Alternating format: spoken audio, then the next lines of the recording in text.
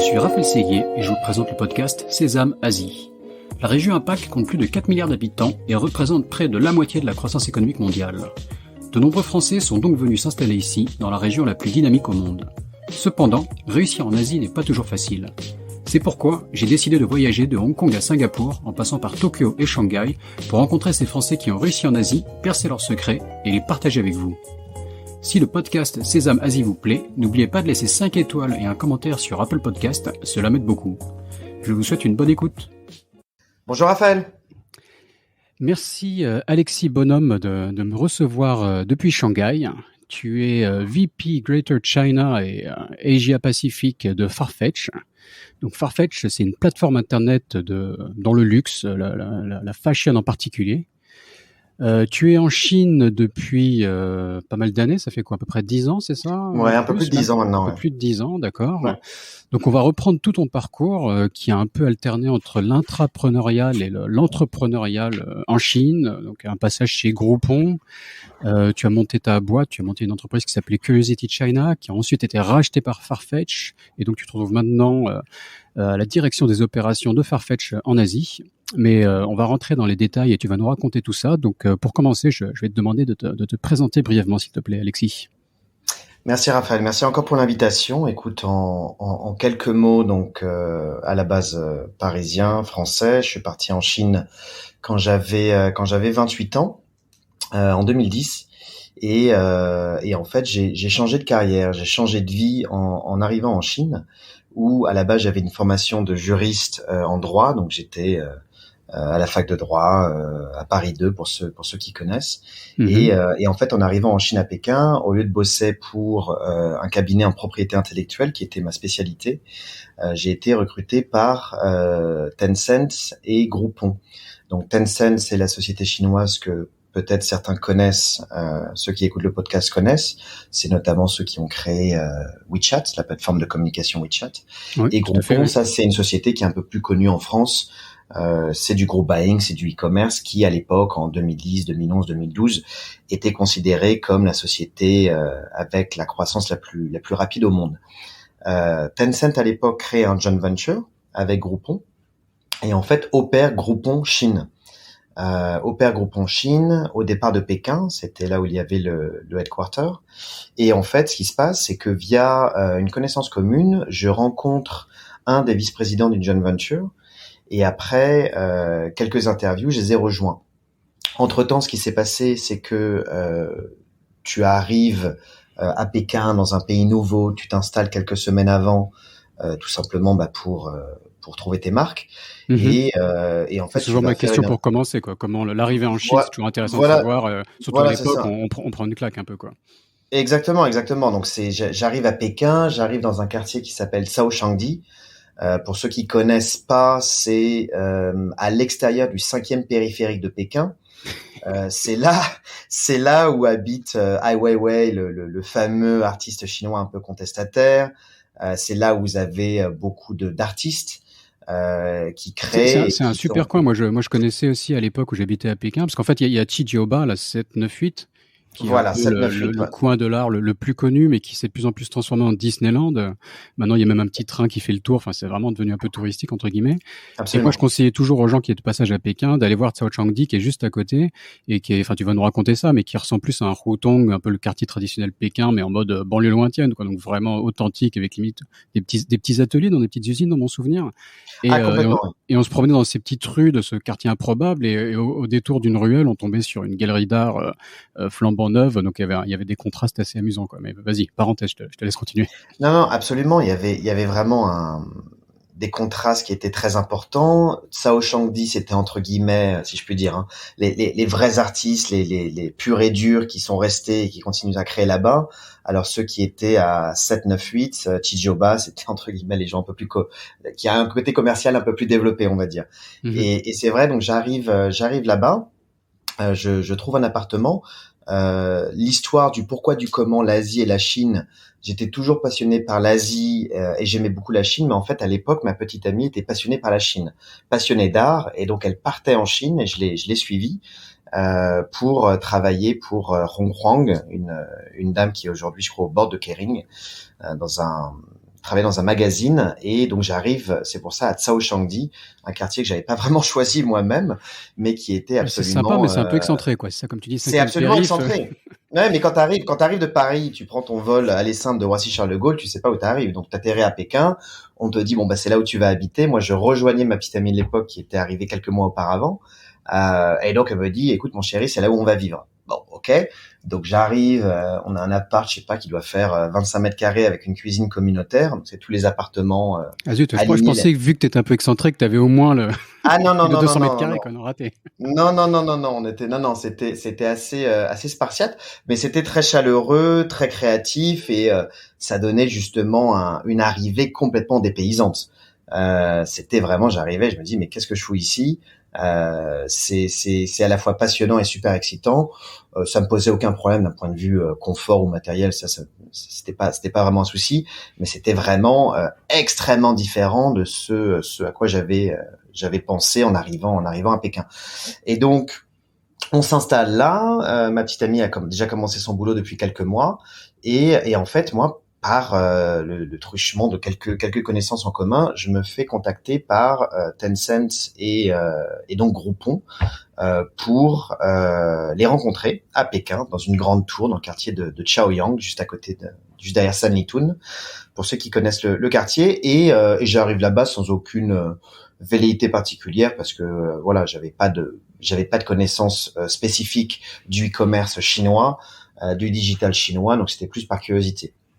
Et j'arrive là-bas et en fait, je monte dans une grande tour, je crois que c'était 20 ou 25e étage, et la porte s'ouvre et je vois des centaines de personnes très jeunes, mon âge, même peut-être plus jeunes pour certains, qui sont en t-shirt, en basket, qui courent partout, les Macintosh sur le sol, les câbles qui pendent, enfin un joyeux bordel. Et j'arrive et je vois ce truc-là et j'ai un espèce de choc émotionnel, de coup de foudre professionnel. Et je me dis, je veux faire partie de ce truc-là. J'aimais pas spécialement à l'époque, donc formation juridique. J'ai fait ça, je savais pas ce que je voulais faire dans la vie. Donc j'étais au lycée à Paris, un lycée qui s'appelle Stanislas, qui est un lycée assez vissé, très bonne éducation, mais assez carré. Et voilà, et comme beaucoup, je savais pas ce que je voulais faire, donc mes parents m'ont dit fais du droit, ça mène à tout. Ce qui au final s'est retrouvé vrai, mais bon à l'époque quand t'es en première année de droit tu le sais pas forcément. Donc j'ai suivi mes potes là-bas, on était tous une bonne bande, c'était très sympa. Mais j'ai fait des études en fait qui me correspondaient que en partie. Donc c'est des études qui t'apportent de la structure, un raisonnement, une capacité d'analyse, mais après en termes de créativité, c'est pas forcément ce que j'ai aimé. C'est vrai que moi j'ai un profil plutôt marketing, commercial, créa, voire opérationnel, mais clairement avoir un job qui est très back office, c'était pas mon truc. Donc j'étais pas passionné par mon métier de l'époque, mais c'était un métier qui est intellectuellement intéressant. Et puis tout simplement, ça te donne un salaire, ça te permet de vivre. Ceci étant, j'arrive et je vois cette grande tour, ces gens qui courent partout. Et comment je vais pouvoir faire partie de cette aventure et éventuellement changer de vie. J'ai un premier rendez-vous avec vice-président Groupon Tencent Chine. Le type se pointe pas. Merde. Pourtant c'était un pote qui nous avait connectés, donc c'est un peu emmerdant. J'ai un autre vice-président qui arrive et qui me dit bah tiens viens assis-toi là, on va discuter. J'ai réalisé quelques mois après que tout le monde était vice-président de quelque chose dans cette boîte. Donc t'avais beaucoup de fresh graduate, Stanford, Harvard. J'étais déjà senior VP en voilà. en Chine. C'est assez t'avais beaucoup Groupon, la boîte américaine, allait à l'IPO. Ils avaient besoin d'une storytelling Chine, et en fait la boîte qui développait Groupon International, c'était Rocket Internet. Pour ceux qui connaissent un peu l'écosystème, Rocket Internet, c'est une boîte basée à Berlin, un incubateur de start-up, un développeur créateur de start-up très très agressif, et c'est des gens qui sont connus pour avoir un go-to-market extrêmement rapide, extrêmement agressif. Et donc on avait plusieurs personnes sur le podcast déjà qui sortent un peu de cet écosystème, quoi. Ouais. Voilà, ça fait des très bons entrepreneurs. Beaucoup d'entre eux après ont monté des boîtes et sont allés sur des success stories assez importantes. Mais c'est vrai qu'on avait beaucoup à l'époque d'étrangers, donc de non chinois, American born Chinese comme on dit, ou alors tu vois, d'étrangers caucasiens, si je puis dire, qui se pointaient et qui étaient fresh graduate Harvard, MIT, Stanford, etc., qui avaient jamais vraiment bossé dans la vie à part des stages chez Morgan Stanley et qui débarquaient à 25, 28 piges en Chine pour dire aux Chinois comment gérer du e-commerce. Ça a été compliqué. Donc les Chinois de leur côté s'étaient opérés par Tencent et on avait une direction bicéphale, un co-CEO côté Rocket Internet et côté Tencent. Je fais un parallèle là-dessus parce que ça sera important pour la suite de l'histoire. Mais non, c'est assez compliqué quoi. Tout ce qui est JV en Chine, etc. Très compliqué et d'un point de vue culturel. D'un point de vue culturel, très différent. Quand j'arrive chez Tencent, en fait, je me pointe donc avec ce premier entretien qui se passe bien. Je dois répondre des choses qui sont pas complètement stupides et donc du coup j'ai un deuxième round.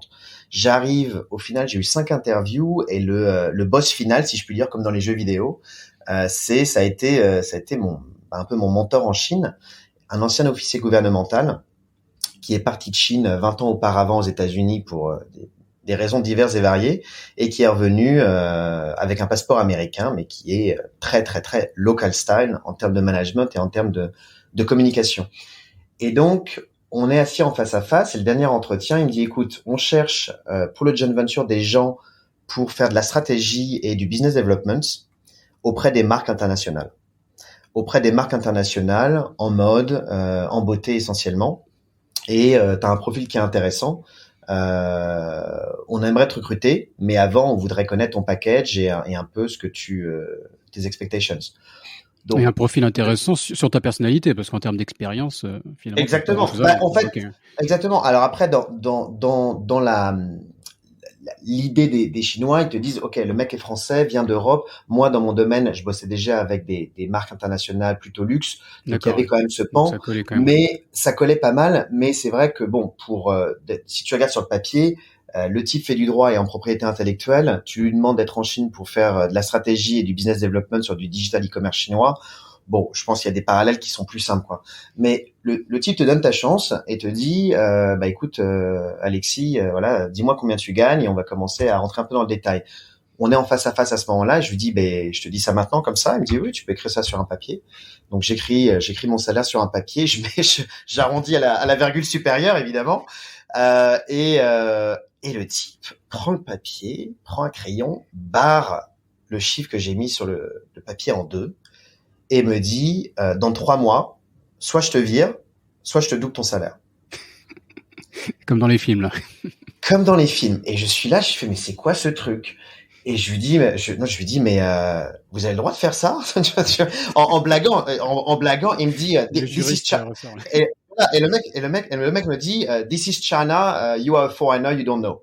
Ok, welcome, hein, tu vois, c'est très très chaleureux.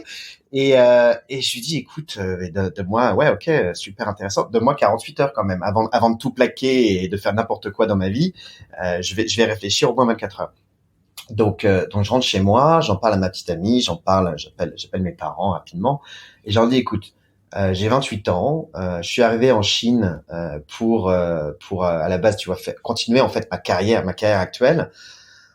J'ai un changement de carrière potentiel. Est-ce qu'on y va ou est-ce qu'on y va pas? Est-ce qu'on play safe? Et en fait, voilà, t'as les poncifs classiques, fais tous les jours ce que tu aimes, tu n'auras jamais l'impression de travailler, etc. Et je me dis, OK, let's do it. On verra bien où ça mène et puis on verra demain. Donc, je vais voir le mec, je lui dis, OK, je signe mon contrat et je commence. Donc, je crois que j'étais senior manager ou un truc comme ça, senior manager. Sachant qu'on parle de Tencent aussi à l'époque, quoi. Maintenant, Tencent est voilà, bien connu et c'est un des géants Tencent est énorme. Aujourd'hui, Tencent est énorme. À l'époque, Ouais. était un peu plus petite. À l'époque, Tencent est toujours dans le e-commerce. Donc, JD.com, Jingdong, ça s'appelle pas Jingdong, ça s'appelle 360 Buy. Ouais, exactement. Tencent a toujours des plateformes comme Yixun, et toujours dans du e-commerce avec Groupon qui s'appelait Gaopang à l'époque. Taobao est en plein boom, mais t'as pas encore Tmall. WeChat n'existe pas. Donc c'est encore aux prémices de l'internet chinois qu'on connaît aujourd'hui, mais ça commence déjà à buzzer pas mal. Et en fait, je rentre dans cette boîte. On est à l'époque, je pense, 350. Et en fait, ce qui se passe, c'est que on recrute 3000 personnes en 4 mois. 3000 personnes en 4 mois. Et on ouvre 40 bureaux en 6 mois. Wow. Donc, c'était juste le chaos le plus total. Des gens arrivaient avec un ordinateur, savaient même pas dans quel département ils étaient. On leur disait, fais le tour de la boîte, regarde les départements que t'aimes, assis-toi et commence à bosser.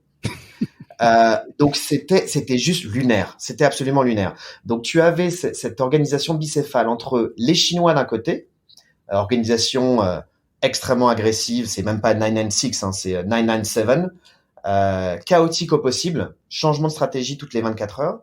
Et après, tu avais les mecs de Rocket Internet, beaucoup d'Allemands et beaucoup de Scandinaves, avec quelques Américains, qui étaient eux sur la rigueur, j'allais dire germanique, tout doit être process, tout doit être enregistré, tout doit être validé avant d'avancer.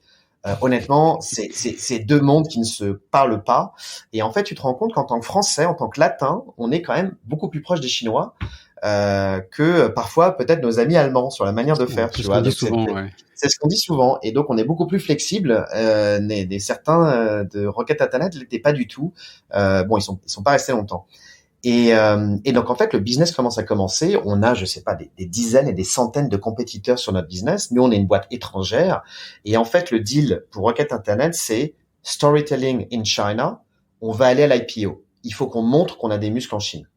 Et pour Tencent, il y avait aussi une logique d'investissement. Je crois que Groupon Monde payait l'équivalent de 50 millions de dollars par an pour la licence, en fait, pour avoir la présence et le soutien de Tencent en Chine. Et puis tout simplement les ressources, parce que si Tencent te file pas un coup de main, c'est compliqué. Donc toi, tu comprenais un peu ce qui se passait au niveau stratégique, mais tu te retrouvais avec le petit pion sur le terrain, où parfois tu es un peu déconnecté de l'IPO alors, et de c'est quoi. Voilà. Il faut juste délivrer ton boulot de demain, quoi, ce qui est pas forcément, ce qui peut être aussi déconnecté, quoi. Exactement. Et j'avais la chance de bosser pour une personne qui était en fait très senior côté chinois, qui avait plein de business à côté de son boulot, qui était à la base c'était un officier gouvernemental pékinois, etc., etc. Donc il avait un poids dans la société qui était énorme.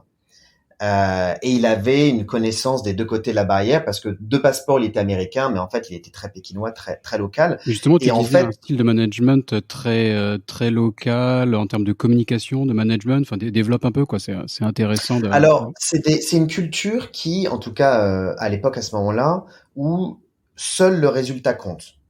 Seul le résultat compte. La manière d'y arriver importe peu.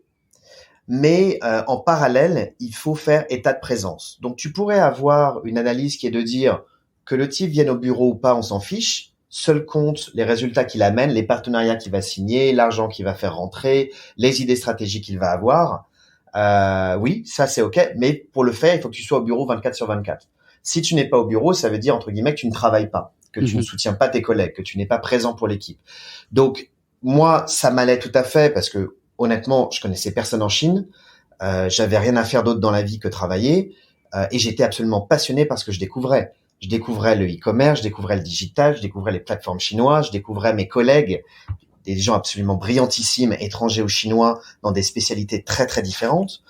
Performances marketing, operations, logistique, QA, customer service. Donc, des choses qui me serviront, on verra quelques années plus tard pour Farfetch. Et en fait, par contre, ça réclame l'acceptation que tu n'as pas de vie privée.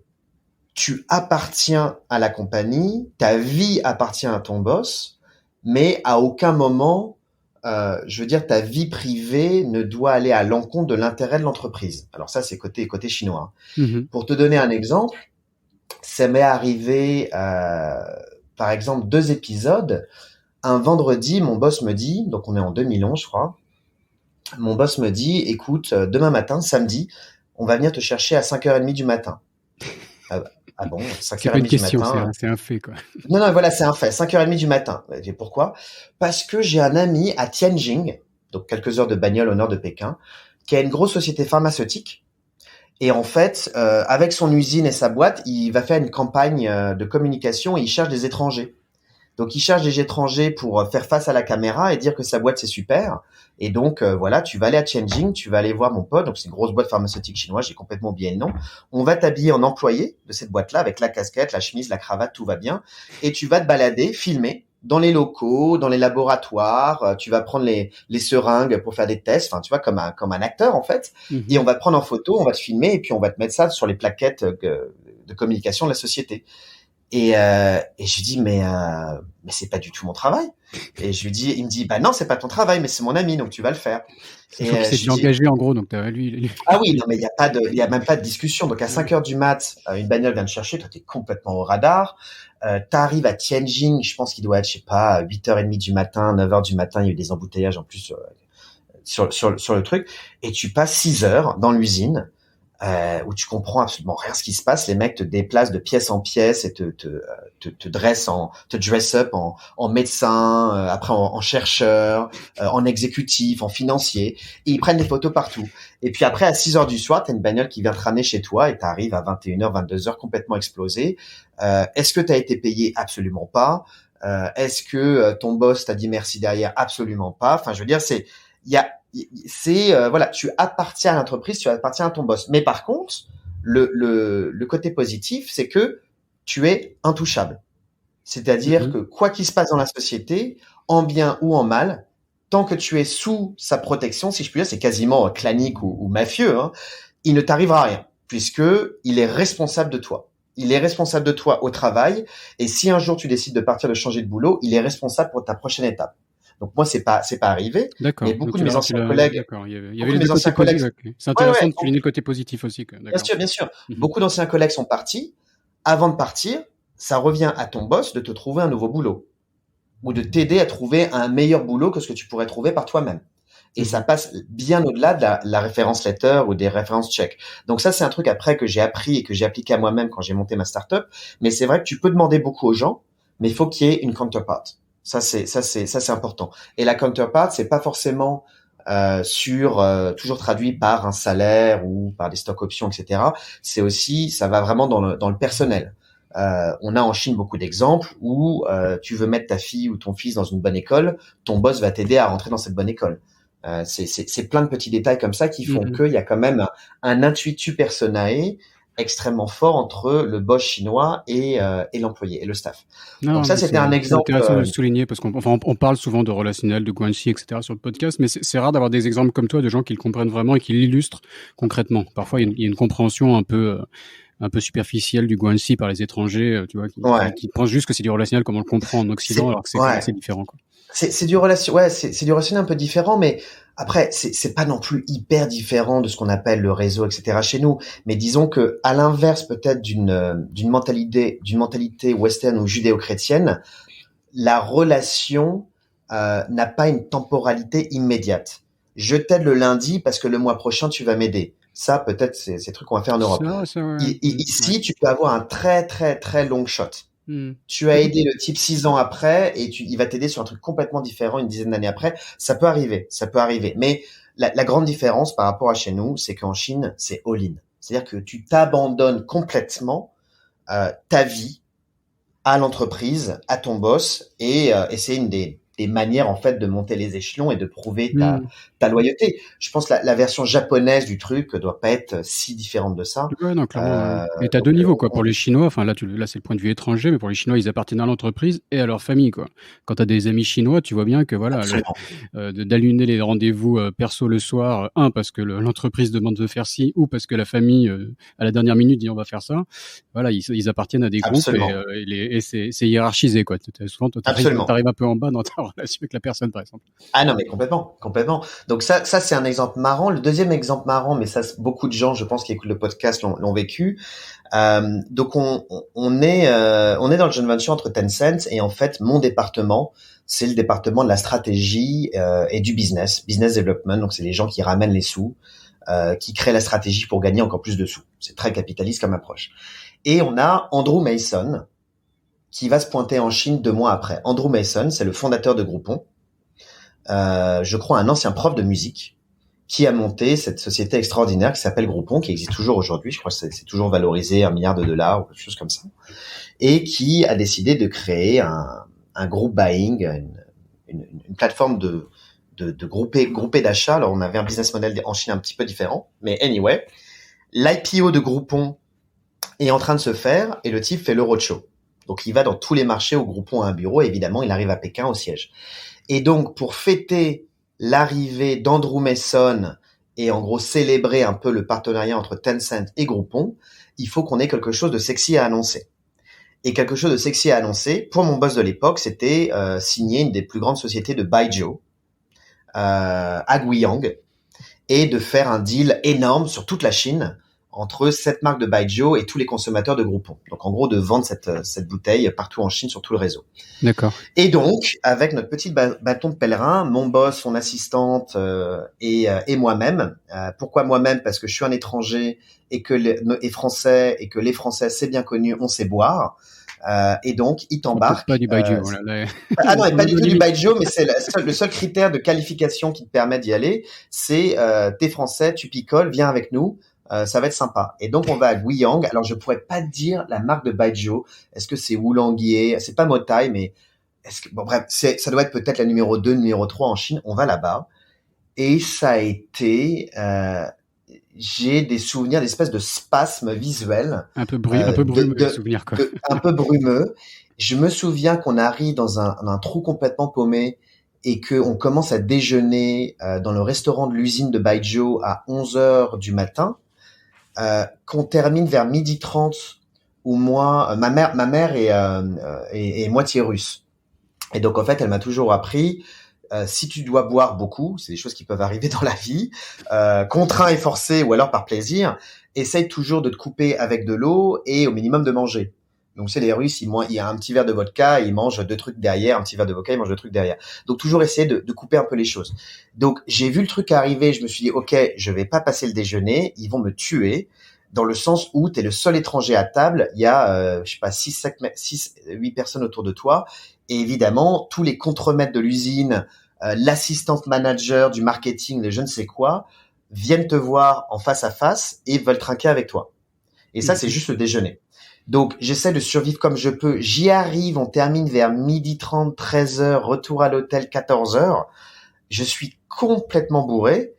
Et donc, j'arrive pas à m'endormir immédiatement. J'arrive à m'endormir, je sais pas, peut-être vers 16h, 16h30, en buvant un maximum d'eau avant.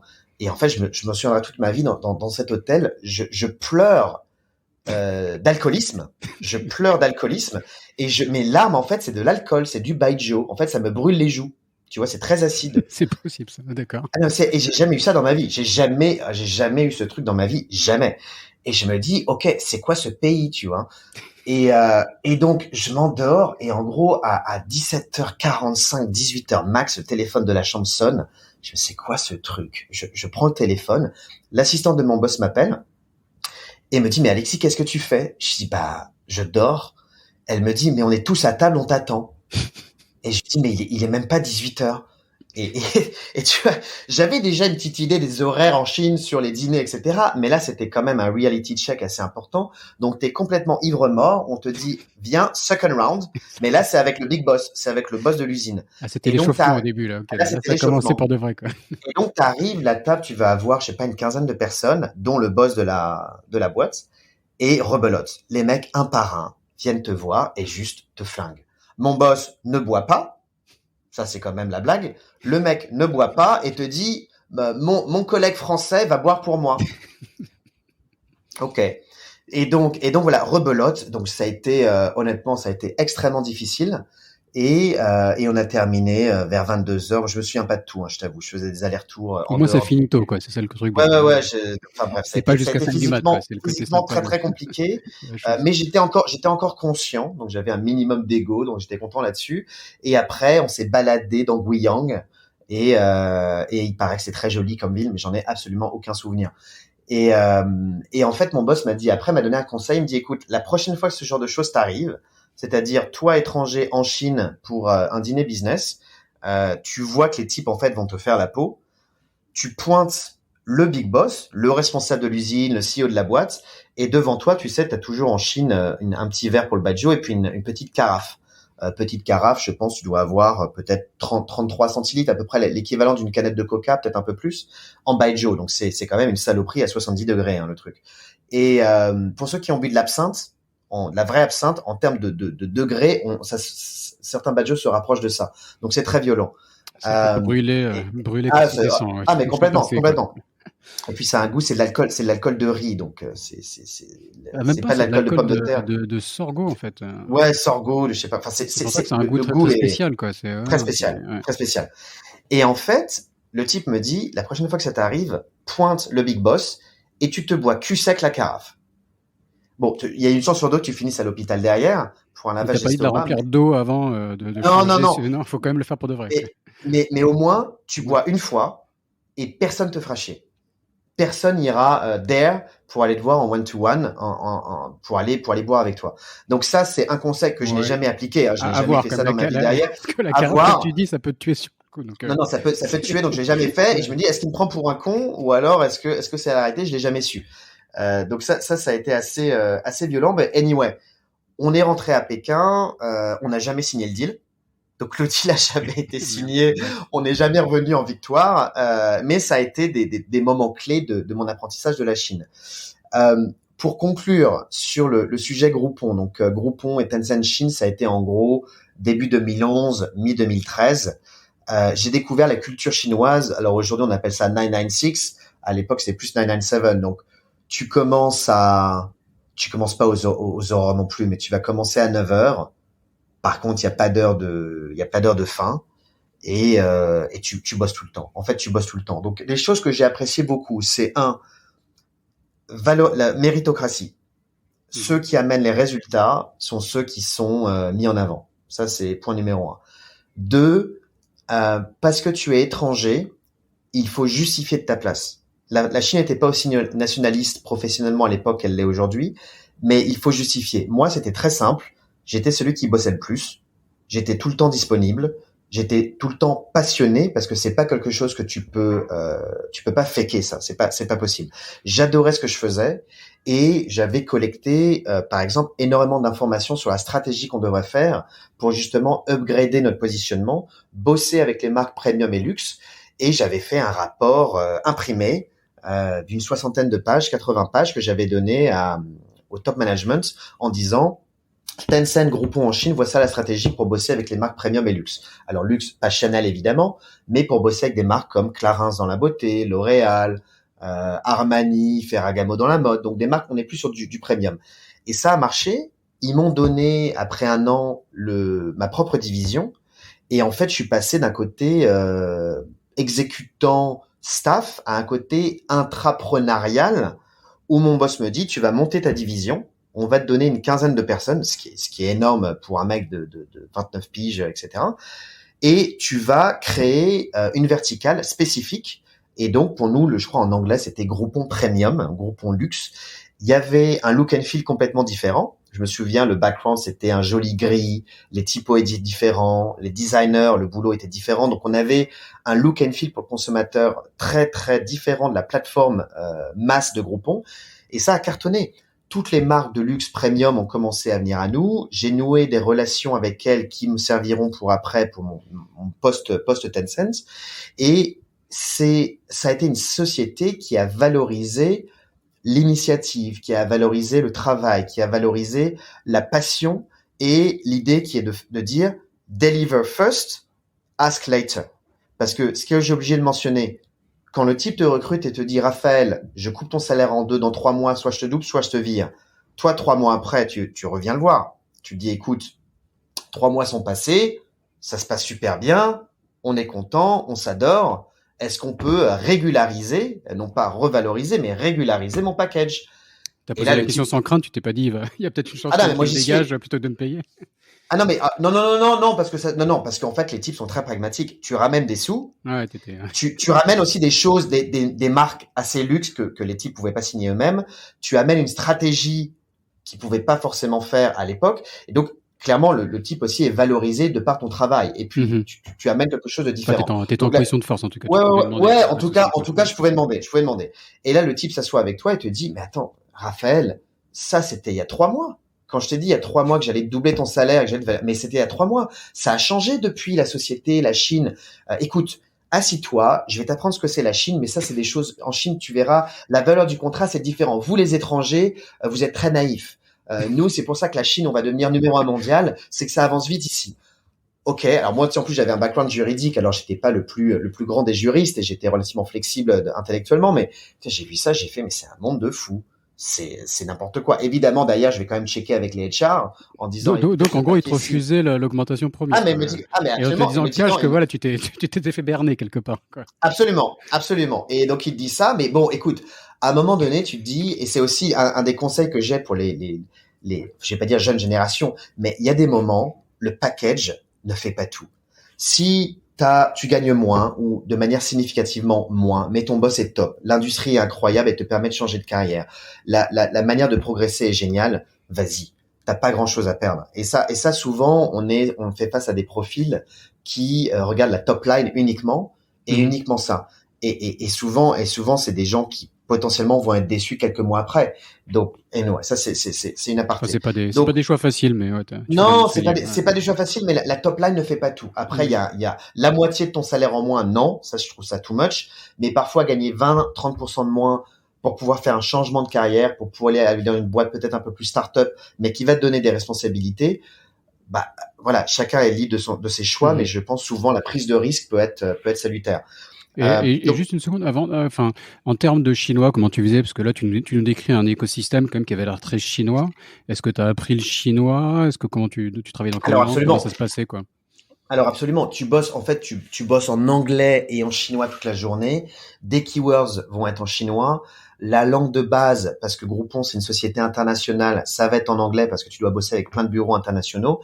Mais globalement, tu vas aller avoir du 70% chinois, 80% chinois, 20% anglais. Mhm. C'était à peu près le split.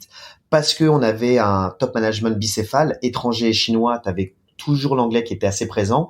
Mais dès que Tencent, en fait, ce qui est arrivé en 2013, fin 2012, à dégager les étrangers, c'est devenu 100% chinois. C'est devenu Mhm. 100% chinois. Donc oui, très très important d'avoir un minimum de base en chinois et que si c'est pas le cas, bah de bosser quoi, de bosser un petit peu. Mais en fait, quand t'es en immersion totale, bah ça va très vite en fait. Je pense que bosser son chinois au départ de Paris, c'est pas facile. Bosser son chinois au départ de Pékin, de Shanghai, de Chengdu, Wuhan, c'est déjà un peu plus simple. T'as déjà un peu plus d'occasion Malgré quand même, enfin, un travail prenant, c'est pas, faut souligner Ah ouais, ouais, ouais. ta capacité à le faire en même temps qu'un travail prenant, ce qui est quand même complexe. Mais bon, mais Ce qui est clairement très d'être en prenant, immersion facilite le truc, quoi. Mm. ouais, ouais, et c'est des choix à faire dans la vie. C'est-à-dire qu'à l'époque, j'étais pas marié, j'avais pas de gamin, mais on parle souvent de work-life balance. On parle de quality time avec la famille. Ça, c'est des concepts assez récents, assez modernes. À l'époque, j'arrive, donc je suis avec ma petite amie, je change de carrière et en fait, je bosse non-stop. Et en fait, notre couple a explosé. Le couple a explosé parce que le deal de départ, qui est de dire, tu continues ta carrière professionnelle, donc avec un prisme plutôt juridique, elle était plutôt sur un prisme un peu plus créatif. Donc il y avait un certain équilibre. Et en fait, moi, je suis passé du côté obscur de la force, je suis passé du côté capitaliste. Je suis Mhm. passé du côté très business à parler de taux de conversion et de top line toute la journée et à bosser du matin au soir. Et les réflexions que j'ai eues à l'époque, c'était, écoute, on n'est pas parti en Chine, t'es pas parti en Chine pour bosser du matin au soir, et honnêtement, c'est pas possible. Et en fait, au bout de 6 mois, le couple a explosé, et donc j'ai bougé. Et en fait, t'es devant un reality check. Tu te Mhm. dis, t'as 28 ans, 29 ans, t'es en Chine, tu as trouvé une vocation, une société, un écosystème, des collègues, des amis qui te font sentir quelle est ta vraie personnalité, ce pourquoi tu es né, ce pourquoi tu es fait. Il faut faire une croix sur ton passé. Il faut faire une croix sur ton passé et il faut aller de l'avant. Et dans ces cas-là, c'est vraiment un clean cut. Un clean cut. Donc j'ai déménagé. J'ai quitté ce coin charmant de Cao Shangdi avec tous ces artistes de gauche, contestataires, et pour aller à Chaoyang Park, dans une grande tour, euh, à 5 minutes à pied du bureau, tu vois, alors qu'avant je mettais 50 minutes de bagnole ou 1h20 de métro pour y aller, aller et retour. Et donc ça a changé ma vie. Et en fait, ce choix, bah, c'était encore une fois euh, l'organisation de ta vie privée dans un but de productivité et dans un but de all-in par rapport à ton travail. T'habites à 5 minutes de ton taf, bah tu peux arriver plus tôt, tu peux partir plus tard, ou en tout cas tu peux être plus rapidement chez toi quand tu sors du taf. Et donc ça a été que ça pendant les 2 prochaines années. 1 an après, je rencontre celle qui deviendra mon épouse, chinoise, chez Tencent. Elle était en charge de toute la partie opérationnelle. Et en fait, on a un coup de foudre sentimental et après quelques années, moi peut-être après, un coup de foudre professionnel, parce qu'en fait, on se rencontre, en fait, on est hyper complémentaires. C'est-à-dire que l'un qui est étranger, français, plutôt branché, marketing, stratégie, communication, marque, luxe, et de l'autre, une personne qui est extraordinaire sur la partie opérationnelle, finance, process, et qui est chinoise. Et on s'est dit, ouais, c'est super cool. Bah tiens, un jour, ça serait top si on montait une boîte tous les deux. Ça en est resté là à ce moment-là, mais on s'est dit tiens, ça serait marrant. On dit moins souvent ça avec sa copine française, enfin, ou son épouse française. Ah oui, non, exactement. Il y a beaucoup de couples qui parlent absolument pas de boulot à la maison, et c'est très bien comme ça. Hein, mais c'est vrai que là, c'était très très symbiotique. Et en fait, donc ça se passe en, faut que je fasse gaffe sur les dates, mais en gros, ça doit se passer, on va dire, en 2012. Et en fait, voilà, nous, il y a Noël, donc t'as quand même quelques jours de vacances, t'as à peu près 2 semaines de vacances en Chine. Donc je l'invite à Noël à Paris. Et voilà. Et donc on est ensemble, on est à la ville et à l'écran. Et en fait, on arrive, toute cette histoire nous amène fin 2012. Et fin 2012, ce qui se passe, c'est que on bosse de manière régulière avec ces types qui s'appellent Weixin, WeChat, et un groupe de 300 mecs qui sont basés à Canton. Ces types sont rattachés comme nous dans la division ECC, la division e-commerce de Tencent. Et en fait, je regarde le truc avec mon épouse Judy et je lui dis, mais attends, parce que voilà, tu connais les WhatsApp, Messenger, je crois, existaient pas. Donc c'était WeChat avant l'heure, quoi, avant que ça c'était WeChat d'aujourd'hui, quoi. Voilà, c'était WeChat avant l'heure. On avait QQ à l'époque, qui était une messagerie. Il y avait QQ. C'était le MSN chinois. Il y avait QQ qui était le. WeChat, encore, ouais. T'avais Renren, t'avais QQ, t'avais ce genre de plateforme, t'avais QQ VIP qui était la version un peu premium de QQ. Et donc nous, ça c'est des écosystèmes avec lesquels on interagissait pour notre business et nos clients. Donc je bossais, je me souviens avec Clarins et je leur faisais des campagnes sur QQ VIP, QQ Travel et sur les débuts de WeChat. Et en fait, quand WeChat commence à partir avec un prisme B2B, à savoir ouvrir des comptes marques pour Starbucks, pour Nike. Donc là, on est fin 2012, il me semble novembre 2012, si ma mémoire est bonne. Je vais voir mon épouse et je lui dis, ça va changer la Chine. Cette plateforme va changer la Chine en termes de communication. On est sur une plateforme mobile, on est sur le mobile, on n'est pas sur le desktop. On est sur une plateforme qui laisse la liberté aux gens de t'ajouter ou de ne pas t'ajouter, à savoir les amis de tes amis sur WeChat sont pas tes amis. C'est-à-dire que pour être connecté avec quelqu'un, il faut l'ajouter et le suivre, alors que sur Weibo, plateforme de l'époque, c'est du one-to-many. Weibo, tu vois l'ami de l'ami qui se brosse les dents. Est-ce que ça t'intéresse ou pas? Ça, c'est autre chose, mais tu vois cette information. Sur WeChat, c'est un écosystème privé. Et donc, si tu n'ajoutes pas cette personne qui se brosse les dents, tu ne verras jamais cette personne se brosser les dents. C'est du one-to-one. Alors que Weibo, c'est du one-to-many.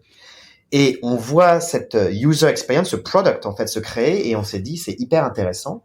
Et on pense que les marques, notamment d'un point de vue communication, d'un point de vue CRM, ont beaucoup à y gagner. Et donc, on se dit, on va monter une boîte là-dessus.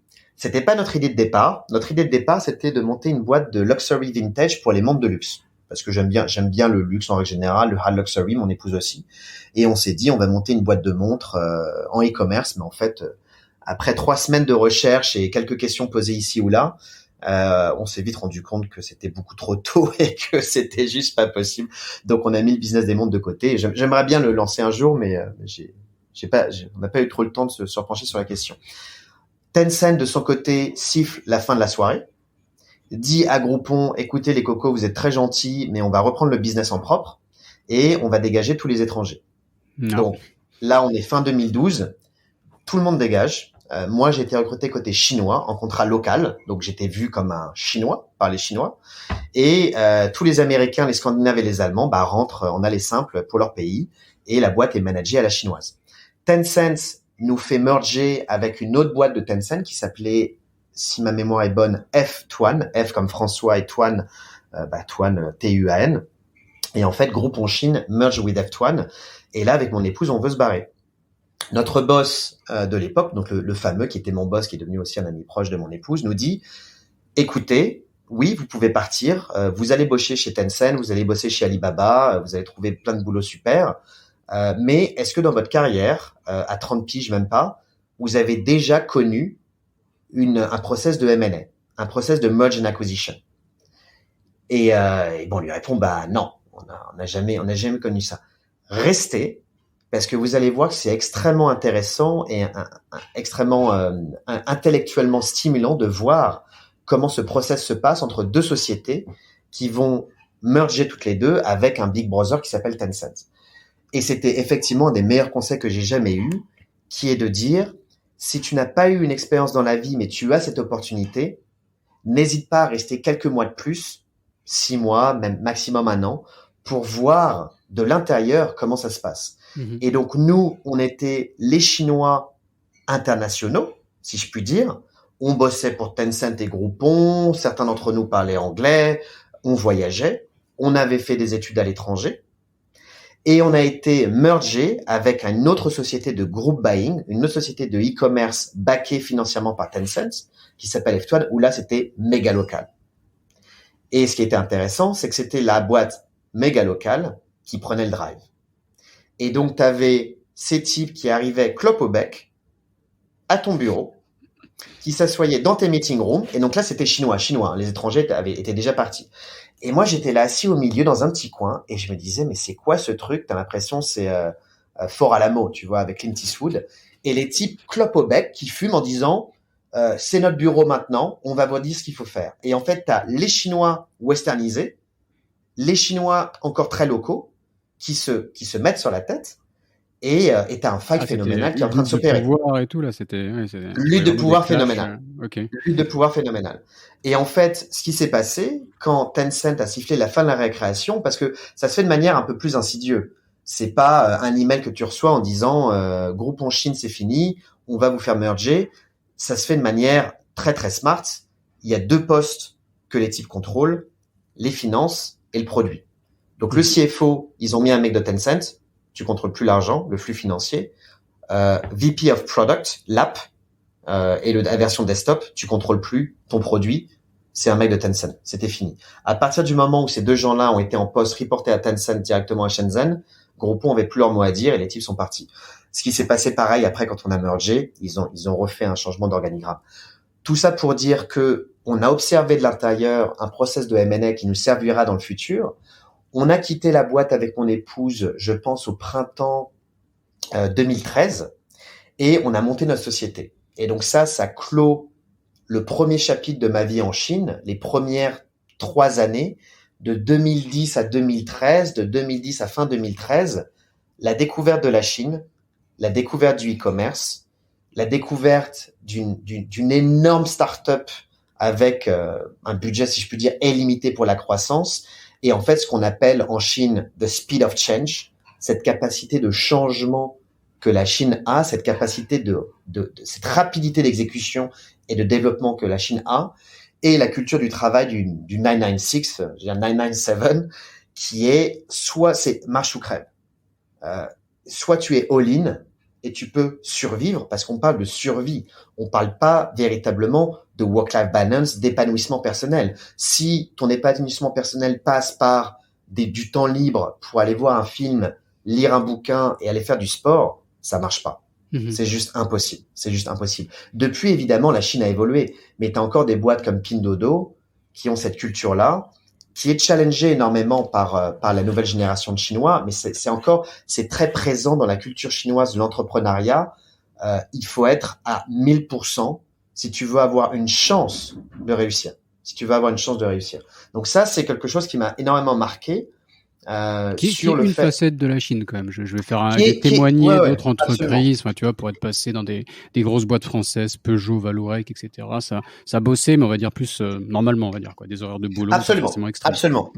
Les boîtes étrangères, je pense pas que chez Apple, chez Amazon, enfin ils sont plus là, mais chez Apple ou ce genre de boîte ou chez Nike Chine, tu aies une culture chinoise qui prend le pas sur la culture occidentale. Et c'est d'ailleurs pour ça que vous avez beaucoup de talents chinois aujourd'hui qui te disent je veux pas bosser pour Alibaba, je veux pas bosser pour Pinduoduo parce que c'est pas possible. Je veux avoir une vie en dehors du travail.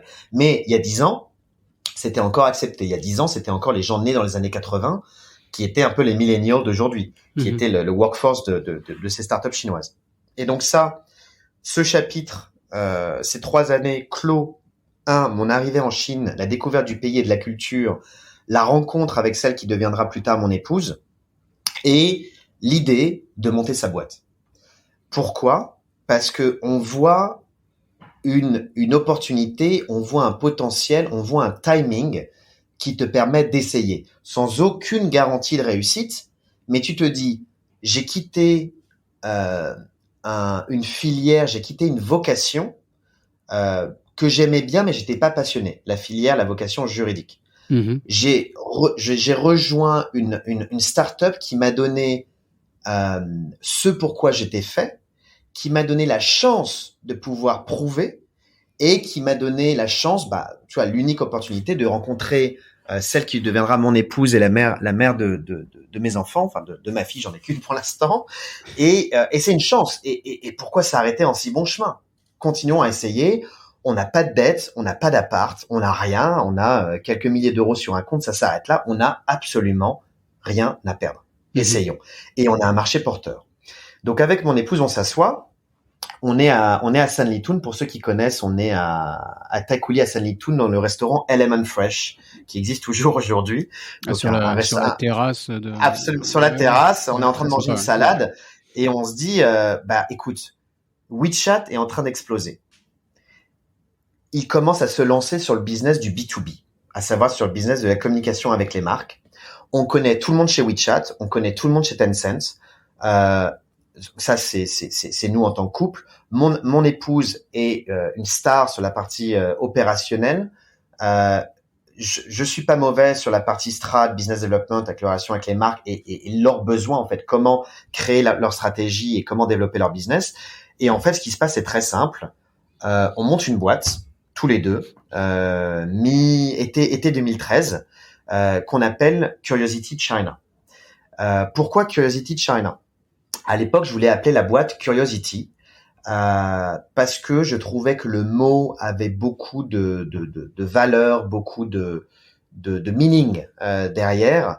C'était inspirationnel, c'était créatif, c'était un mot qui se prononce en chinois, en anglais, en français de manière à peu près linéaire.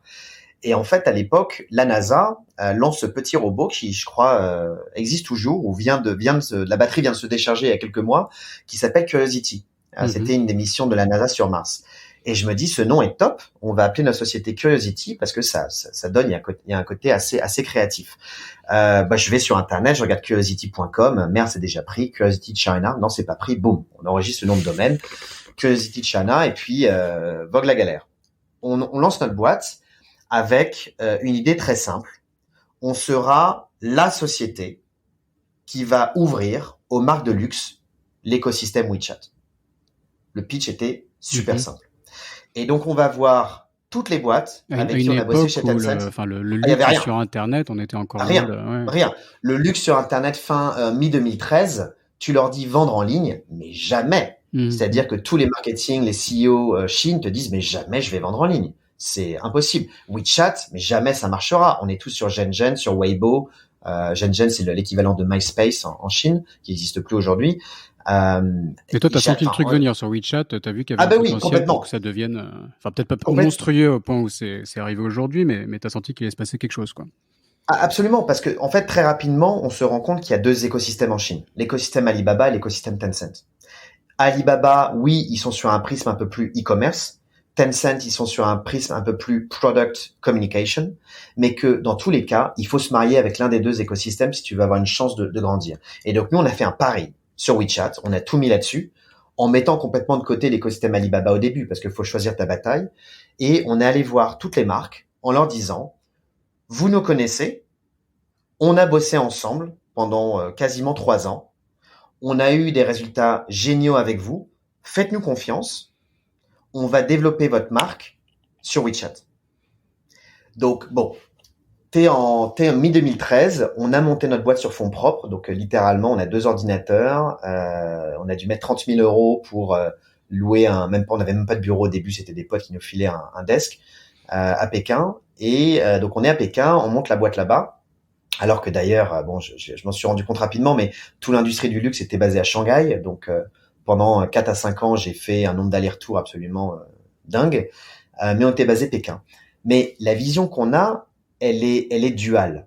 Un, WeChat va changer la manière dont les marques communiquent avec leurs clients. 2, on veut pas être une boîte de service.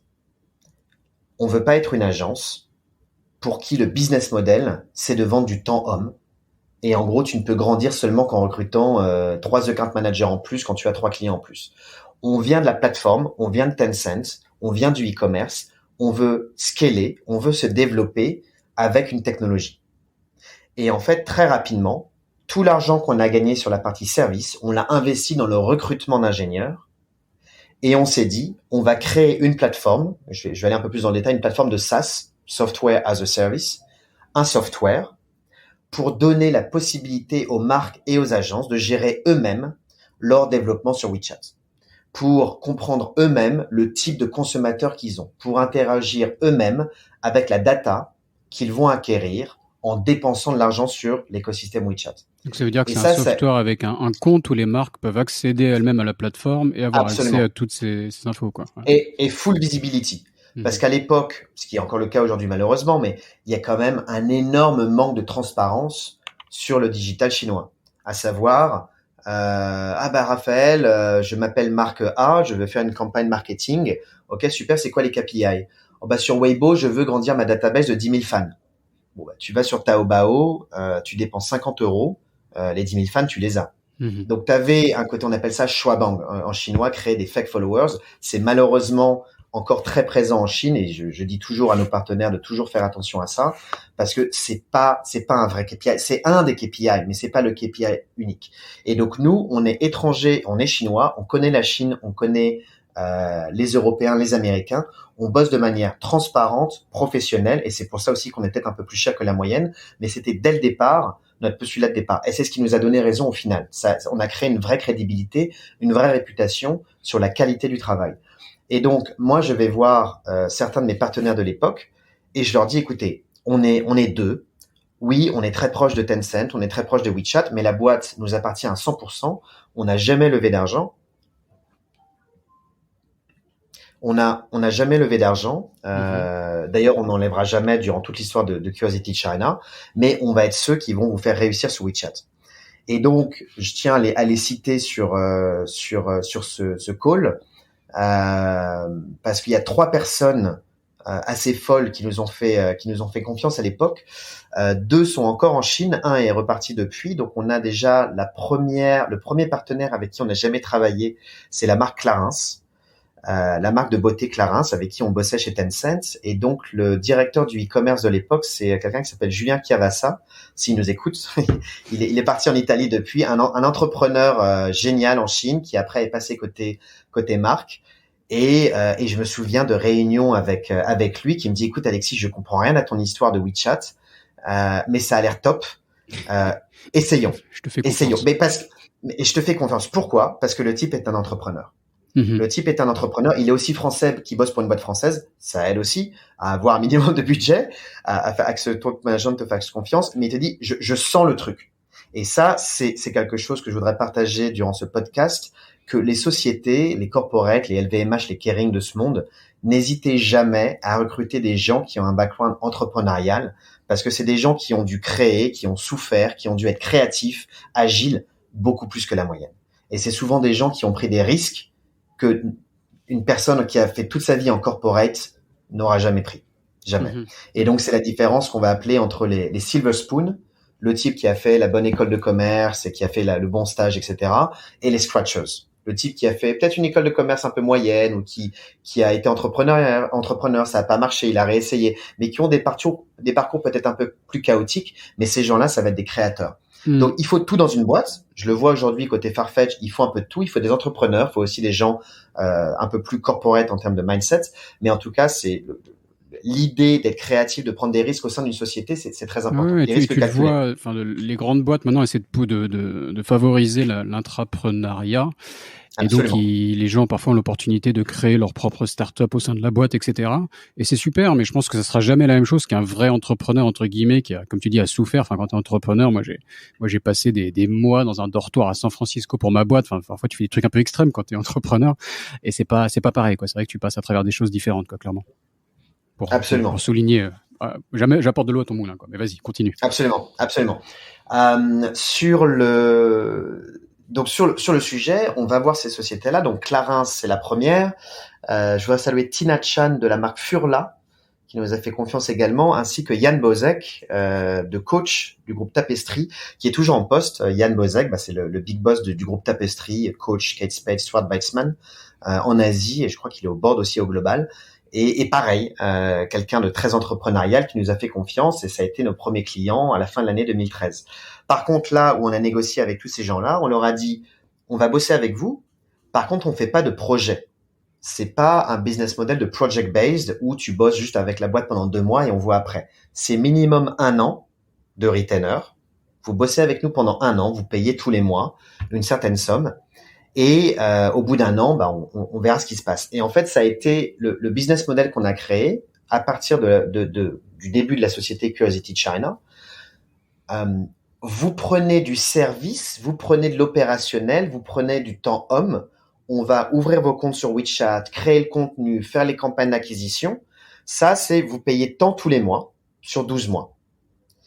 Mais très rapidement, quand on a créé cette technologie en interne, on a shifté en disant, si vous voulez la qualité de notre consulting, la qualité de notre stratégie, l'expertise qu'on a sur l'industrie et sur l'écosystème WeChat, il faut prendre notre techno.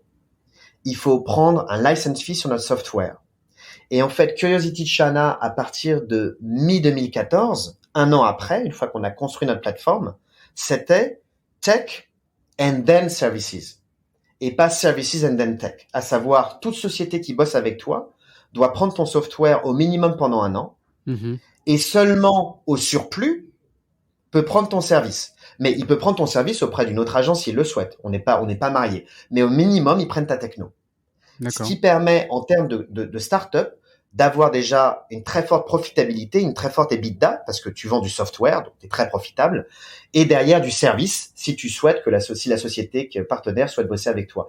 Donc rapidement, Curiosity China se développe, on devient la première boîte, notamment auprès des marques de luxe qui connaissent sur le bout des doigts l'écosystème WeChat, qui amène des ressources que personne n'avait à l'époque, parce qu'évidemment, dès qu'il y avait WeChat qui sortait une nouvelle fonction, qui devait tester la fonction sur une marque, on était les premiers à leur balancer un nom.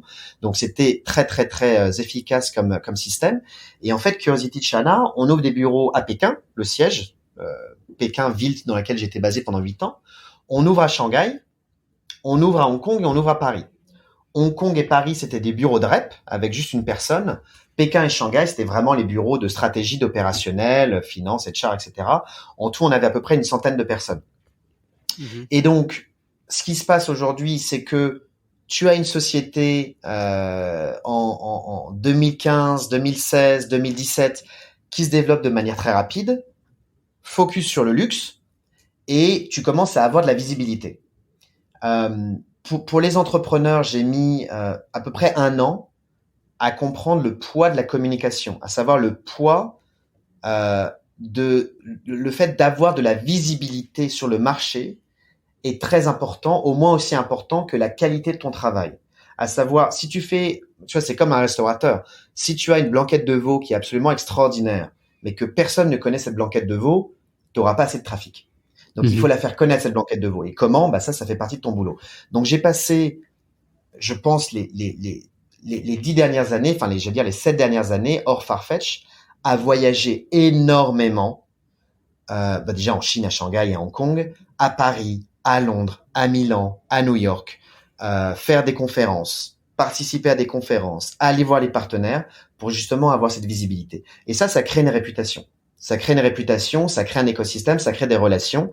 Ça génère exactement aussi du business, mais c'est important d'être très sélectif, de pas aller faire n'importe quelle conférence, de pas aller voir n'importe quel partenaire. Et donc, ça réclame beaucoup d'organisation et encore une fois, d'être absolument all-in pour ton travail. Et surtout quand t'es patron de ta société, enfin n'importe quel entrepreneur comprendra ça. T'as 100 salaires à payer tous les mois. Il y a beaucoup de pression. On n'a jamais été dans la situation de pas pouvoir payer les salaires, mais il y a des moments où on s'est retrouvé avec seulement 2 mois de cash flow. Donc voilà, il faut bosser et ça c'est la vraie pression. Là, quand tu peux pas payer potentiellement tes staffs, ton loyer, là il y a de la pression. Et c'est aussi le parallèle avec des gens qui ont fait que du corporate, une capacité de résister à la pression qui parfois peut être un peu différente.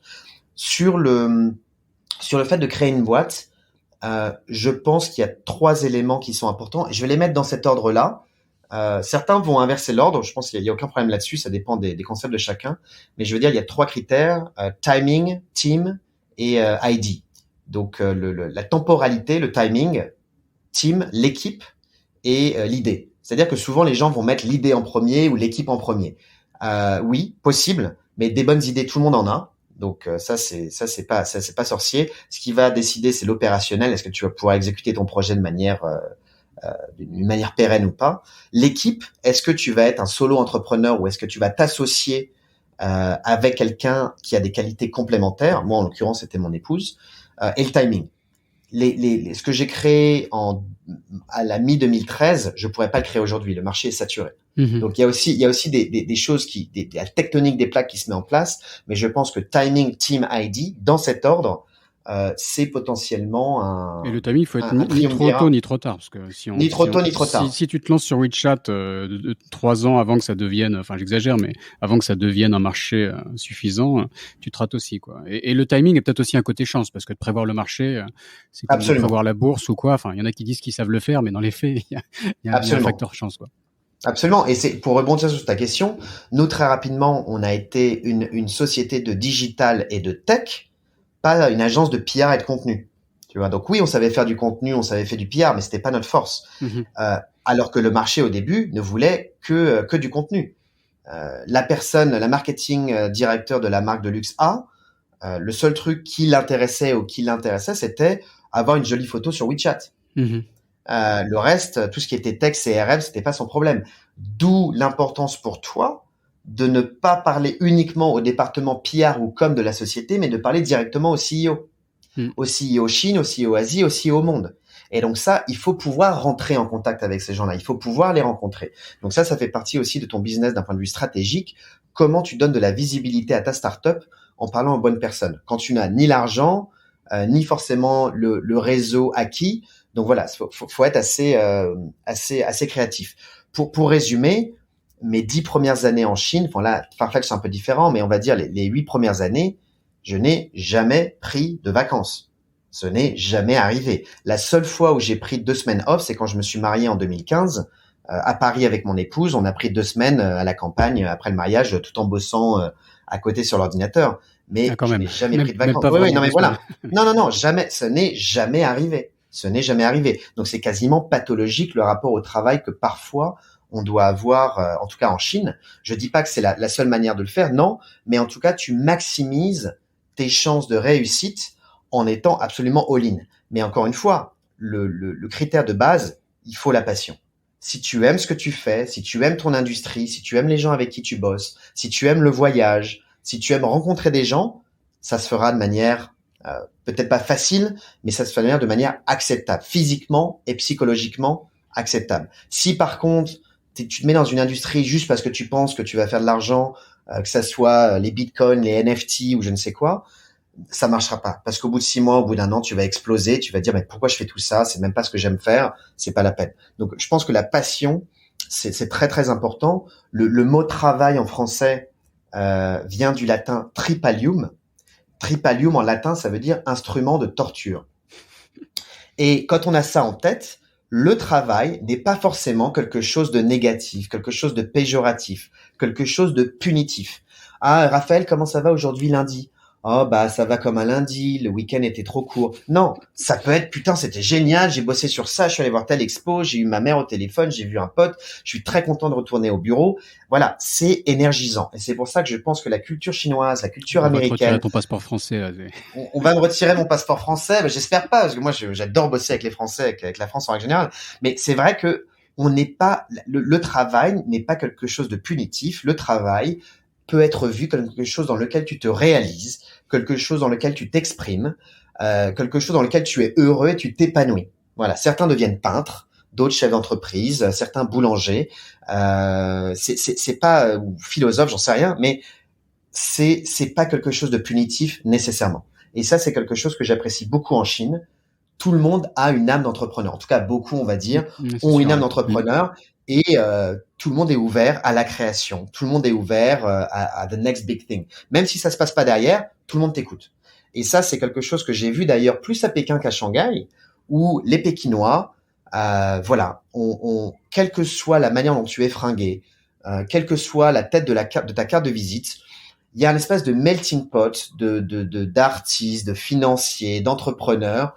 Personne se juge et tout le monde brainstorm dans le même sens. Shanghai, c'est un peu plus parisien, c'est un peu plus codifié, c'est un peu plus mature et sophistiqué comme environnement. Donc à Shanghai, en gros, tu parles de l'école de tes gamins, des vacances et du dernier restaurant à la mode, alors qu'à Pékin, tu parles de la dernière rap, de la levée de fonds du moment et de je sais pas, de l'expo de l'artiste.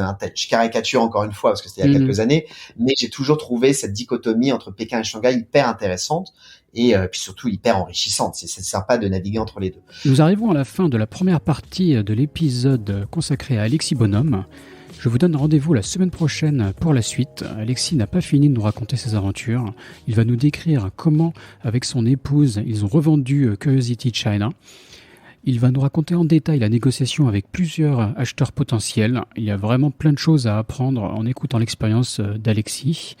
On a même droit à des scènes décrites dans les détails avec des dîners avec le fondateur et CEO de Farfetch, les derniers détails de la négociation. C'est vraiment passionnant. Il nous raconte ensuite comment il a pris les rênes du business en Chine, donc toujours avec son épouse, pour construire ce qu'est Farfetch en Chine aujourd'hui, une équipe de plus de 600 personnes, et le deuxième marché au monde après les États-Unis, et Alexis nous promet bientôt le premier. Donc voilà, si la première partie vous a plu, ne manquez pas la suite la semaine prochaine, ça ne va pas vous décevoir, à bientôt.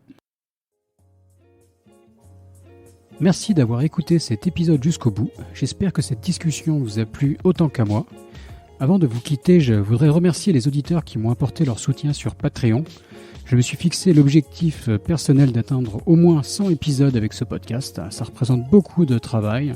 Donc si vous aimez Sésamazie, si ce podcast vous apprend des choses et que vous voulez le soutenir, vous pouvez me donner un coup de pouce sur patreon.com, Patreon, P-A-T-R-E-O-N, patreon.com/Sésamazie, le lien est dans la description de l'épisode. Et sinon, n'hésitez pas à m'envoyer un petit message de soutien, ça fait toujours plaisir. Merci beaucoup et je vous retrouve au prochain épisode.